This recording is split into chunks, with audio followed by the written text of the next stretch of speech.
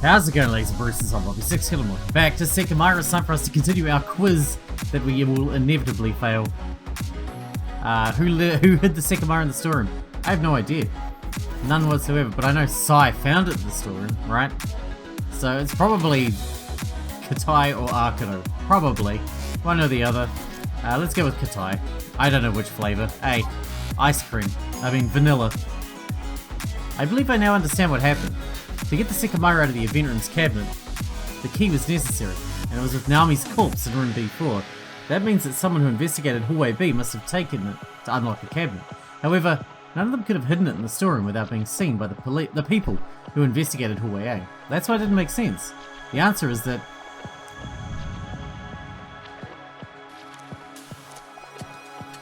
Sai already had it when he entered the storeroom. Let's go with that. I entertained the thought that Sai might have already had it in his hip pack, but I saw it clearly when he entered the room. He didn't have the Sekimeiya yet. It wasn't the same Sekimeiya. The first mystery regarding its whereabouts already pointed at the truth that more than one Sekimeiya existed. After all, when Sai left the storeroom, he made me touch it and nothing happened. In other words, it was the third Sekimeiya, the one that had disappeared from the event room the first time. The past Sekimeiya had been in room B4 since we'd regained consciousness, so we never actually found the one that had disappeared first. Who hid the third Sekimeiya in the storeroom? That happened before Shiroya, Arcado, and I walked down from the 6th floor. I don't believe it was Katai because he was likely the one who hid the two working Sekimeiya. If he wanted to also hide the third, which was originally in the event room, he would have done so while we'd been asleep. I don't believe it was the other Naomi either, as it seems very unlikely she would have hidden it in the storeroom. There's one last likely candidate, Sai. After Katai said that Naomi didn't want to return, the others investigated the crystal floor while Shiroya and I waited next to the elevator on the 4th floor. We were told exactly what happened. Sai guarded hallway A from the stairs, while Katai guarded hallway B in the lobby. As the hallway B rooms were inspected, Sai could have gone to the event room and taken the gemstone and hid it in the storeroom. Then, he let the others discover that it had disappeared and asked Arcado to go find us. When they came and told me what had happened, I thought you two had to come.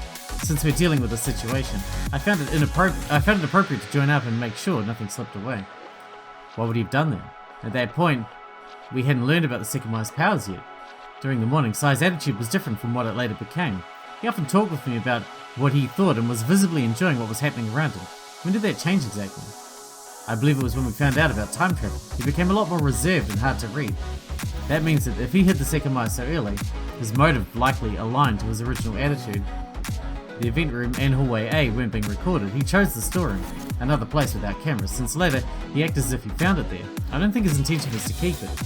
Did he do it for fun? Did he have a better reason? In any case, it's likely he already knew that he would point the finger at Katai, who he immediately accused. So going back a little, when we found the past Sekimeiya in room B4, we thought it was one that had disappeared from the event room. After putting it in the cabinet, we split up and searched both hallways for the person who made a sound. During that time, the past Sekimeiya was hidden somewhere else, while the third Sekimeiya was in the storeroom. Shit, I don't know. Let's say Sai. I'm just guessing now. It must have been Sai again. It could have only been one of the people in hallway B. I was told Shiroya and Arcado looked through the rooms while Sai watched the hallway like I did. We had to make sure the person we were searching for was found, so the search took a while. That means that while Shiroya and Arcado were inside the crystal rooms, Sai could have picked up the key in room B4, taken the Sekimeiya from the event room and then hidden it somewhere in hallway B. Then Shiroya's purse must have been a good place to dispose of a key in a rush. Yet by acting like he'd found the Sekimeiya in the storeroom, he removed the blame from himself. If it had been hidden in the storeroom, he couldn't have been the culprit. I didn't really think about it, but he said that we couldn't trust Katai's search and never ended up looking at all the other rooms Katai had searched through. And still, I'm sure there's another reason Sai did that. I didn't know why, but everyone thought only one Sekimeiya existed. By finding the one that didn't work, he made sure that we wouldn't search for the one he had hidden. I see, that must be the answer to the question. Why is the Sekimeiya being hidden when it can easily be found? I wonder who knew the truth. I wonder who knew that 3 Sekimeiya existed. The people who did keep hiding them, because if the Sekimeiya was in the cabinet, then the cabinet was the third one, no one would realise that there were 2 more to find. The quality of their hiding spots hardly mattered. We just found one Sekimeiya and thought that was it. Maybe they were often poorly hidden precisely so that we'd find one and stop the search before coming across the other. Arcado knew it from the beginning, and Sai learned it shortly after. They knew 2 real Sekimeiya existed alongside Shin's fake. For 12 hours they had a plan in mind, to keep one of the real Sekimeiya hidden. If that was achieved, Ashiya would find 2 Sekimeiya and they wouldn't search for the second real one. That was how they intended to pull it off, and why they didn't want anyone else to know the truth. The Sekimeiya were hidden countless times, but the intent was rarely to keep them from being found. We still hadn't found the Naomi who had made the sound, which meant that she must have run up in time. That's why we searched through the higher floors. Shiroi and I stayed on the 5th, and although we didn't hear anything, something strange happened with the elevator. Sai heard it 3 times, meaning that it must initially have been on the crystal floor, which was not where we'd last left it. I don't believe Sai lied. Something happened during that time. That's because in the event room we heard another sound. It was the bathroom's door closing. Then inside it, we found Naomi's second body. However, I let her travel 40 minutes to the past and appeared on the crystal floor before we'd all come back down. I kept a close eye on the bathroom, but nothing happened until Naomi entered it. First of all, why was Naomi not found? We inspected every floor but the attic. As I now understand the attic's footprints, I don't believe that Naomi went back there, especially too because she didn't have the key to unlock it. That means that the search failed to find her. A different person stayed on each floor, so it's possible one was investigated. The floor the person who used the elevator was supposed to guard. Editor and Isla were on the 2nd floor, Sai was on the 3rd floor, Akira was on the 4th floor, Shiroi and I were on the 5th floor, Katai was on the 6th floor. Shit, I don't know. Naomi. I didn't even remember what they just said. The strongest candidate to consider is Akira. We told him that we'd left the elevator on the 5th floor, but for some reason, it was originally below Sai. If he called it from the 4th, Sai would have heard it. Then we used it to go to the crystal floor. Why though? I can't help but remember that it was him who proposed the arrangement. He wanted us to stay separately between floors, leaving the crystal floor vacant. Later, he would have gone back to the 4th floor, and finally, he would have sent it to the 5th, where it should have been. Shiroi and I would have noticed that. It definitely ended up there. Sai confirmed it when he called it from the crystal floor. I don't get it though, why would Akira do that? He knew the trips up and down could be heard, didn't he? And Editor and Isla didn't hear the elevator even once. I suppose it's possible Akira stopped on floor 2 and then used the elevator to the crystal floor if he knew that that would be heard. But if that happened, surely he would have done the same on floor 3 so that Sai wouldn't hear him either. Akira had seen one of the real Sekimeiya had been hidden in the cabinet with a damaged temperature with it. It had changed colours, so he knew it wasn't the one Shin had created. Naomi A was going up the floors ahead of them, but she stopped on the 4th when she realised that was where Akira would remain. She wanted to collect herself enough to talk to him. Her shock at what Katai had done hadn't faded at all, however before she did, he was gone. Akira had a bad feeling. Something very strange was happening with the Sekimeiya, so he needed to see the cleaning cart for himself. When he did, he saw that the one he'd hidden was actually gone. Who had taken it? Not only the one in the cart, but also one of the 2 Akira had left in the event room before lying on the floor. Suddenly, Akira continued watching behind Katai, but it could have been Naomi as well. Katai was acting like only one Sekimeiya existed, and Akira didn't know the reason. However, both should have been taken by the same person, meaning that since one had been hidden inside a coal cabinet, it's very possible the other also had. During the previous search, he looked through that room. He knew there was another cabinet that had been set to 0 degrees. The other real Sekimeiya was there, and it was all he needed. He only had to keep one hidden, but there weren't many places he could think of. He took the future Sekimeiya out of the cabinet. When he did, it turned grey immediately, but nothing happened to it. Did it really have time travel powers? He had a hard time believing that, but it just changed colours before him. Where did he hide it? I don't know, let's guess. Start from. I need a dice. In a rush, he chose to hide it in the men's bathroom inside the water tank that seemed like, oh yeah, for Shiroi. When I was staring at the bathroom door, Naomi appeared from the other side of hallway C. She likely came from above.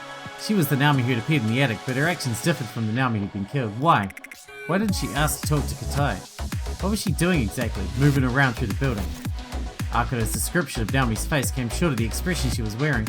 She was very visibly terrified, breathing heavily, moving oddly and stopping in place every few seconds.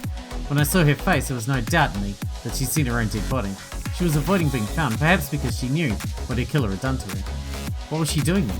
When she made the sound and when she walked to the bathroom? I'm not sure, but she was killed right there. Naomi said a few words before her body was pulled in. Who killed Naomi, eh? Katai. I don't know which one. Didn't we say it was Katai? I don't know.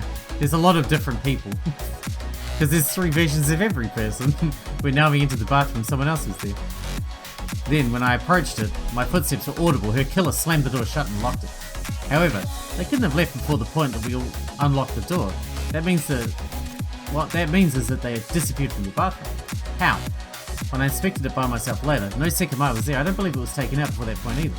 It's left in the water tank. When that Naomi was killed, the third Sekimeiya was still in the event room.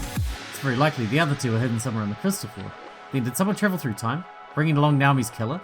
If that's what happened, unless the Sekimeiya was on the second floor, I would have travelled too. I think the answer is different. I think the Sekimeiya was inside the bathroom even though I didn't find it. After killing Naomi, her killer activated it.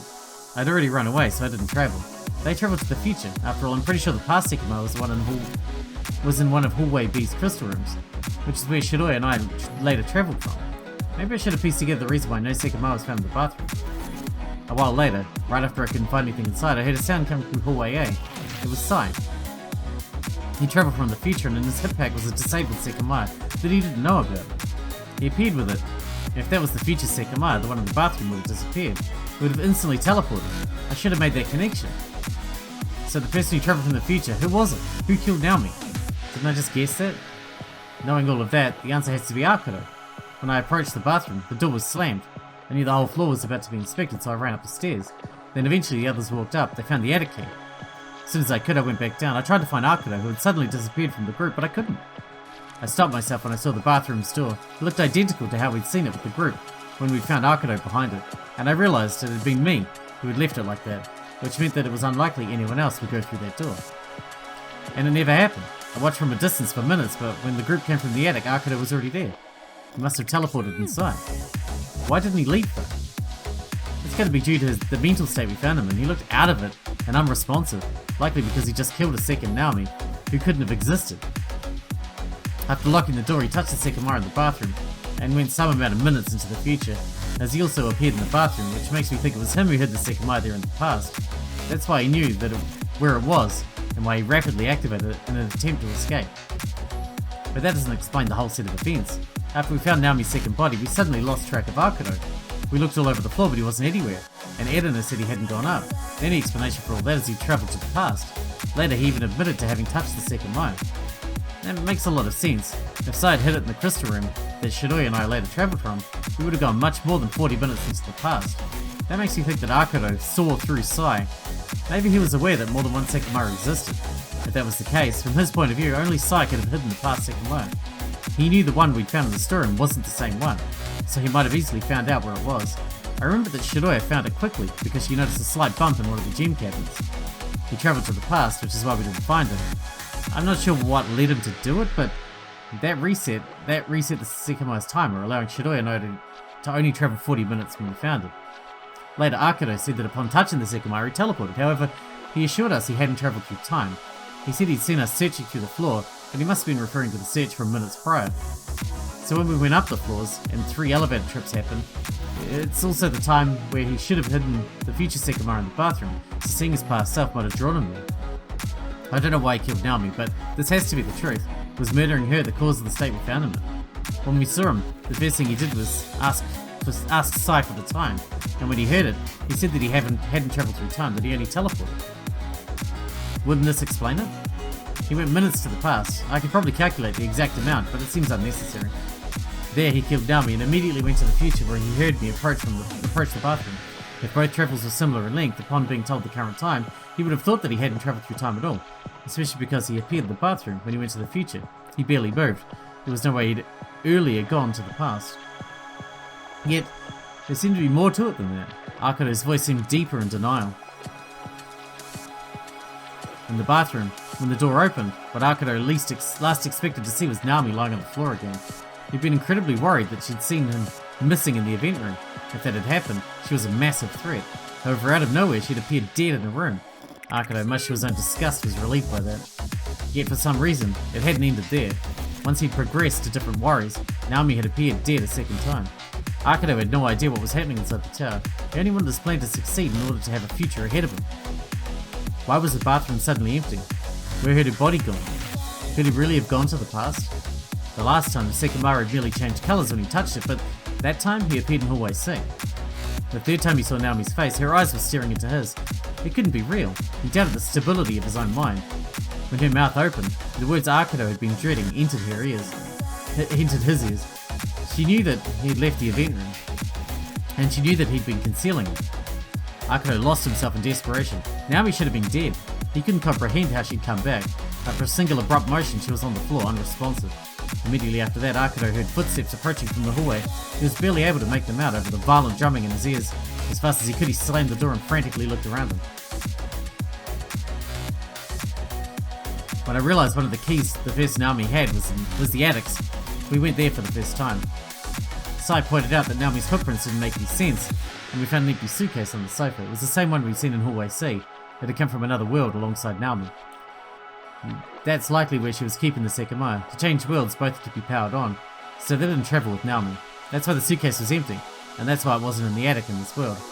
And now that I think about it, someone reacted differently to both suitcases. Katai. Before we entered the attic, when Katai went to grab the bathroom key, he brought the suitcase in Hallway C to the security room, but he never did that for the one in the attic. Why? That makes me think it's because Naomi brought it up there. In other words, it wasn't a threat to him. He didn't know anything about it. We didn't find anything of importance in the attic, so we went down to find Akuto. He was in a crystal floor bathroom and told us to leave him for a while. We ended up going back to the top, and in one of the bedrooms I noticed the voice recorder in Isla's purse. Now I know a lot more about the audio that we heard, but why was it there? Why did it travel to the past? Can I figure that out? How did the recorder from the future end up on December 15th?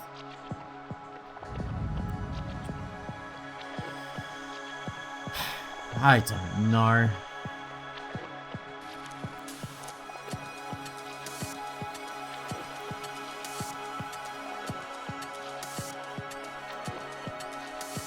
Let's try this one. It happened when someone traveled to the past on January 5th. Thinking about it, it's very unlikely the device traveled to December 15th. Isla said nobody could have dropped it in her purse, which means it was there when she entered the tower. If that's the case, why did she have it before December 15th? I think I know the answer. It has to be due to her friend. Now that I know her friend was a version of her from another world, she met with our Isla quite a while before December 15th. She knew about the attack. She must have travelled to the past at some point. Apparently, when Sai and Akuto escaped from the attic, they met with Isla. Even Edina heard her from the bedroom. She was dead at that point, so she probably wasn't the same Isla we'd been with. Despite that, we never found her after we left the bedroom, so she might have travelled to the past at around that time. She went many days into the past, and the location where she appeared had to be identical to where she'd be in the proportional future. That means days after December 15th. So what happened to the device after it recorded the audio? Isla saw Sai hiding it, and it was she who ended up with it. If the replicated location was from a time where she still had it in the future, she would have appeared with it in the past. Isla's friend had the recorder days before the event. That's how it got to the past. Why was it inside our Isla's purse then? I can't know that, but it is likely the recorder appeared inside her friend's purse. Then both Islas tried to hide the existence of the friend from editing. Two identical purses were in the past. There was probably a mix-up at some point, like the original Isla mistakenly take the wrong purse for some reason. That could be why the recorder was in the tower on the day of the event. I don't think I need to know exactly how it came to happen. But it had to be Isla's friend who caused the recording to exist in the past. After we listened to it, Shidoya and I left the attic alone. Going down the floors we came across Akuto, who kept walking. Then on the crystal floor, we saw that the Sekimeiya we'd left in the event room was no longer there. Someone had taken the third Sekimeiya out of the cabinet. Who would have wanted to do that? At first glance, Akuto seemed to be the only culprit. However, I know someone else was there. Shidoya and I found the past Sekimeiya in Hallway B crystal room. Unaware that it wasn't the same one that had just disappeared, that was most likely where Sai chose to hide it a while earlier. What stands out to me is that he chose a room with functional cameras after having previously hidden it in the storeroom. I wonder if he was forced to or if he had a reason, as it happened when we were searching both hallways. If it had been there since the previous time the Sekimeiya disappeared, it had been, so it was worth noting that it wasn't found when we looked for Akuto, especially since he would have left the glass open after travelling. Recalling how that search went though, I'm pretty sure I get what had happened. We activated it and went 40 minutes to the past. Thanks to that travel, we learned about the existence of the range. After appearing in the security room, I witnessed what happened to the second Naomi. Then, I heard someone in hallway A, Sai. He should have been in the attic, meaning that he travelled through time. Due to his wristwatch, I'm sure he came from the future. Much later, he admitted to remembering the time I'd seen him, so it was definitely the same Sai who told the people in the attic to follow us. The way he travelled to the past confused me for a while. That's because he was surprised to see me. He didn't know I'd also travelled. If he travelled after Shidoya and I returned to the attic, he would have had to fake his surprise upon seeing me. You perfectly remember when you went up to the attic to get the lithium battery, right? Of course. How'd you do that? I said you're incompetent, but at least you're doing your best, unlike the others. That's my answer. I suppose it just appeared impressive from your point of view. How did he travel before Shidoya and I returned? The others said that he'd been there the whole time. Is that really the case though? Shidoya told me what she heard, and she was listening to him. Yes, he was leading the conversation, telling the others not to follow us down. Akira was there too, and he confirmed having seen us. So I was telling them to wait for us because if something happened, we'd be the culprit since we left of our own volition. I see, so he wanted the others to not come down. That's what he kept saying. He never left, and the elevator was still there with the door open. The conversation began to die down, and when they talked about going to the bathroom, I left right away so nobody could see me. I stayed in the living room for a couple of minutes, with the doors closed, but I think they all took that time to go to the bathroom, so I started going down again, since I still had to find you. I looked through every floor until I saw you, right as I was about to start with this one. That might have been all Sai needed to trick the others. Everyone went to the bathroom, so when it was his turn, he could have gone to the crystal floor. He'd hidden the past Sekimeiya, so he travelled after us. It had already gathered a lot of energy. And then there was something curious about Sai's behaviour. He kept insisting that he hadn't travelled to the past and he was in a rush. He tried to run away from me twice. That's probably because he had to be ready to go back to the attic. As soon as his past self went to the bathroom, he returned as if nothing had happened, which made the others say that he'd never left the attic. I don't know about the actual specifics. Shidoya said that she could have missed him when she'd been inspecting the partitions, but when we returned to the attic, we didn't see Sai's footprints in the living room. That's strange since I don't think he could have taken the elevator up, either to return. The key was in the attic's door, and he wouldn't have appeared with it, so he couldn't have activated the floor 7 button. Furthermore, it should have been disabled in the attic anyway. I'm not sure if this is exactly what happened, but maybe when Shidoya was in the attic, Sai claiming to go to the bathroom sent the elevator to the crystal floor and then called it. Then he went to the bathroom. Afterwards, he took the elevator down. If Shidoya was still in the attic, she would have heard it. Sai travelled to the past, and that's where I met up with him. This is the way that he could have returned above, by entering the elevator on the crystal floor and waiting for his past self to call it. I don't know if his plan went this far, or if I'm missing something else. Maybe he did all of this just so he wouldn't be considered a potential culprit for what he wanted to do. He set it up so that Shidoya and I would be much easier to suspect. But again, what about the cameras? They would have recorded them going down. However, later, he voiced his thoughts regarding that. He didn't think the recorded footage would ever see the light of day. As far as he and the rest of us knew, the killer had willingly recorded themselves committing crimes. What was it he wanted to do? He found a functional Sekimeiya, so I bet he wanted to know whether he'd really travelled through time with it. He took the third Sekimeiya away from the cabinet, even though it was him who found it for us. And the future Sekimeiya he appeared with in his hip pack. I think he was genuinely surprised about that. Then when he ran away from me, he hid the past Sekimeiya somewhere else. He knew I travelled through time, meaning that I was aware of its whereabouts.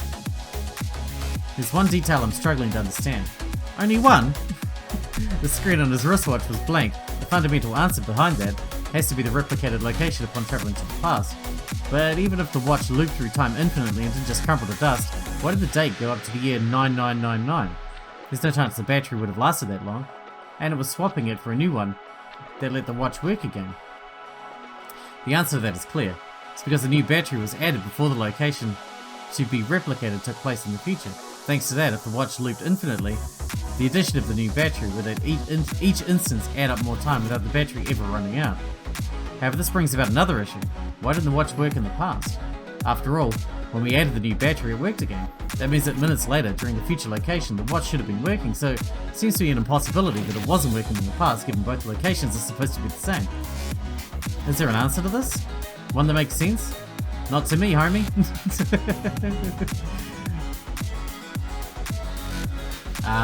Let's go with the middle option. Middle always seems good. If Sai swapped back the batteries before the future location, it would explain the broken watch in the past. However, I have no reason to believe that's what happened. I think the answer could be something else. Now that I think more about it, it could be due to the lithium battery itself. It was in the attic, a place that had been abandoned for many years. It was, I have to assume, a battery that the Ashiya family had when they lived there. Lithium batteries discharge like 2% of their capacity every month. When we put it in the watch, it must have been almost entirely discharged. The small energy it had was enough to let the loop cap the timer at 9999, but it also ran out before the future location. We eventually learnt that in the lobby, Sai asked Katai for another lithium battery. At that point, I don't actually think he should have travelled through time again. That happened because the battery we obtained from the attic had already run out. But does that really make sense, or am I missing something crucial? I just remembered. Sai must have synced his watch with the computer after we saw the 9999 date, since it was working when Shiroi and I returned to the attic. That means that the time would always have been set to that specific point before reaching the end of the loop, so it couldn't keep counting up. How would the date be able to reach 9999 anyway? In the end, I'm not really sure I understand how that happened. After Shiroi and I reunited outside the security room, we went back to the attic, where we were told we'd be downstairs for 50 minutes. There, Sai's watch displayed the current time, but that was because he'd seen it in the security room. We explained everything. Most importantly, the Sekimeiya disappeared from the event room. That's why we went to the crystal floor. When we got there, Sai was already gone. We were fast enough to see him in front of the cleaning room, where he'd hidden the Sekimeiya. I thought something then. Shiroi was looking around while I questioned Sai's ambiguous actions. If he'd hidden the Sekimeiya in that room, I wasn't sure why he'd left upon realizing that we'd seen him. He should have given up, but instead he'd gone off to Hallway C. He likely wanted to travel through time, probably because he knew that we were about to search the floor. However, even though we'd seen him, he still had another Sekimeiya hidden somewhere else. In fact, at that point, he should have known where all three of them were, and he went towards Hallway A. And out of nowhere, I teleported. Shiroi saw that the Sekimeiya's glow within the cleaning cart had made us both of us appear in the attic.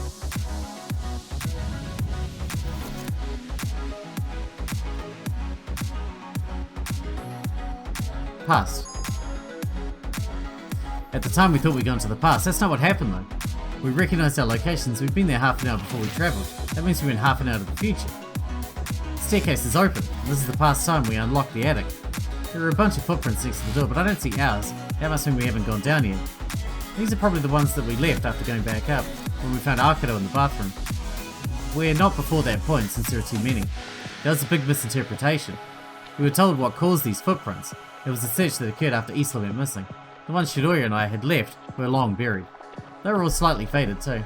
That meant that there was no chance that we just travelled a few seconds back, which led me to be pretty certain of the time. How's that possible though? We heard a sound coming from the bedroom where we'd been. Who the hell was that? Nobody should have been there, right? We hid ourselves thinking we were escaping the sight of our past selves. It appears that that didn't actually occur. And in the second level of the opposite bedroom, both of us fell asleep. When we woke up, we had no idea how long we'd been there for. That's why the next time we were told the time, we thought we'd slept for a long time. In reality, the main reason a lot of time had passed is because we'd gone to the future. Right, I couldn't believe it. We'd really misunderstood so many things. When we woke up, we had no idea what had happened on the crystal floor. Tired and still uneasy about our non-existent past selves, we went to the living room. Did we leave it like this? We'd been used to looking at the footprints in front of the door, but that was no longer possible. The door was closed and the movement of it had erased every single footprint nearby, creating an empty arc. We must have. This means that the group already left though. Even though the motion of the door had erased the nearby marks, there were still many around the entire room. They were much fainter than the last time I'd seen them, but I was still able to recognise that new ones existed. The new footprints went from the time we walked to the crystal floor. Who'd they belong to? That was simple to solve. The remaining few spots of the puzzle were all part of the same piece. When we came down, we saw that the cleaning cart had disappeared. What was strange was that the Sekimeiya was in one of the buckets that had been below it. But that wasn't the future Sekimeiya. That wasn't working. Why was the third Sekimeiya there? Had it been in the cart when we travelled? Shiroi said something else had been there. But would the third Sekimeiya not have disappeared with the cart? As she said it had been something dark. I'm not sure, but I think I can guess what happened to the future Sekimeiya. Sai took it. When Shiroi used it, the future Sekimeiya must have remained in the cleaning room, but we only found the third Sekimeiya, and we decided to leave it in Naomi's locker before going to the lobby. Then Sai explained what had happened while we'd been absent. He pointed out the fact that he'd been the first person to enter the cleaning room after our disappearance. Since we followed him there, he knew it was possible we travelled. Sai, showing the strongest reaction, approached the room while letting out a conspicuous thinking sound. He opened the door and stayed still for some time, then he entered the small space. Before the others had time to wonder what he was doing, he exited and told them it was empty. Powered off Sekimeiya was there and he put it in his hip pack. That's why he appeared with it in the past earlier. In the cleaning room, the others were distracted by the missing cart, and Sai pointed out the third Sekimeiya in the bucket. Still having trouble understanding the cause behind some of the details though. I'm frankly not sure that most of the details actually matter. To be fair, Sai obtained the future Sekimeiya and put it in his hip pack, which is why he'd appeared with it in the past. However, he was only able to obtain it like that because he had appeared with it and had hidden it in the cleaning room. Now, this seems to be an event with no origin, so perhaps it's an indication that something else happened on top of it. It was Sai who first questioned its status, as it somewhat contradicted a few things they'd polluted earlier. It was white instead of the grey colour they thought it would become after having teleported 2 people and a whole cleaning kit. Arcado had seen us enter and never leave the cleaning room. They knew that we had travelled through time, however there was another disappearance, Katai's. The remaining people searched through every room on the crystal floor but they didn't find us. When they were about to go up, Isla walked to room A5. That's where she fell into a cabinet and disappeared. I wonder what happened. The cabinet she looked into was one that could be seen from the stairs, where she and Edina were waiting. While Sai and Arcado investigated the room, Sai must have quickly disposed of the future Sekimeiya, which makes me think that Isla saw through that door's gap. What happened to her though? I don't really have any good idea. The situation around her death was very confusing, so I thought further ahead for the time being. When the others saw Isla had disappeared, they were unable to find a Sekimeiya in room A5's cabinet. It must have been powered off, and there was very little light, since Sai knew the Sekimeiya was there. It wouldn't surprise me if he grabbed it immediately before the others saw it, but I'm not sure about that though. Since Isla had disappeared, everyone thought that she had to be somewhere in the building. That made them search through every floor, but nobody was found. Isla wasn't found, Katai wasn't found, Shiroi and I weren't found. Of course, we weren't found because we were in the process of travelling to the future. What about Katai though? Well, this seems like the perfect time to wrap it up actually. I was just waiting for another choice to come up because we're out of time for today. I'll roll a dice in the next one and we'll pick an option from it and we'll see what happens. But anyway, I hope you guys enjoyed it. Thanks for watching. Thanks for hanging out with me and I'll see you in the next one.